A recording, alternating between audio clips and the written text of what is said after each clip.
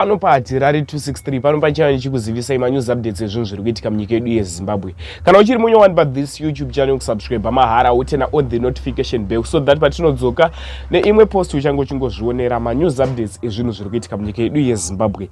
Nguva iripo. Mudikani usadye manonoka panyaya dzekusubscribe uyezve malikes enyu akatikoshera zvikuru. Zvinobatsira kuti video rine ringe richifamba kuhama neshamwari.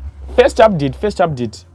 Kana uri mbavha uchipona nekuba katika ikako fira pasi wosvipa nekuti zvakashata kuguma kwazvo ndiwe unochema.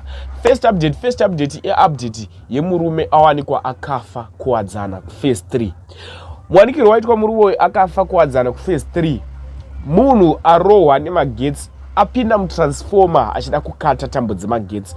Zvapinda mutransformer achida kukata tambo dzemagetsi, magetsi adzoka ari pakati pekubata tambo dzemagetsi.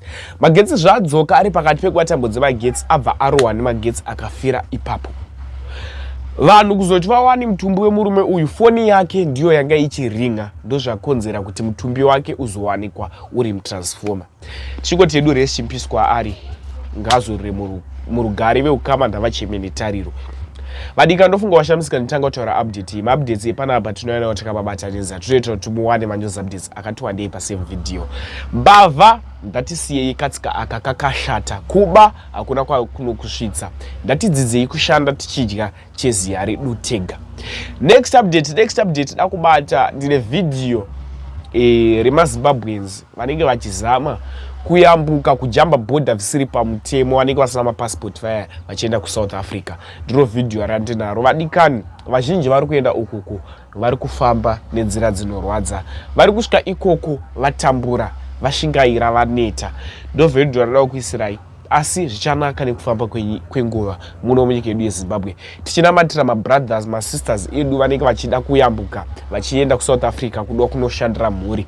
Vazhinji vacho vanopinda mumarwizi avava ndo vanenge vasina mapassport.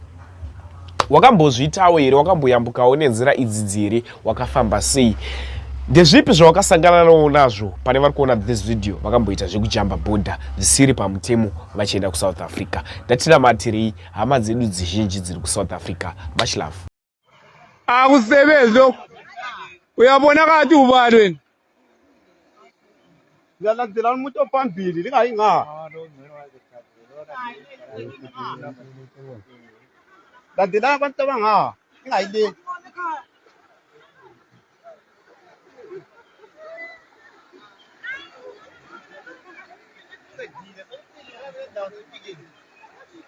This is where it's getting weird.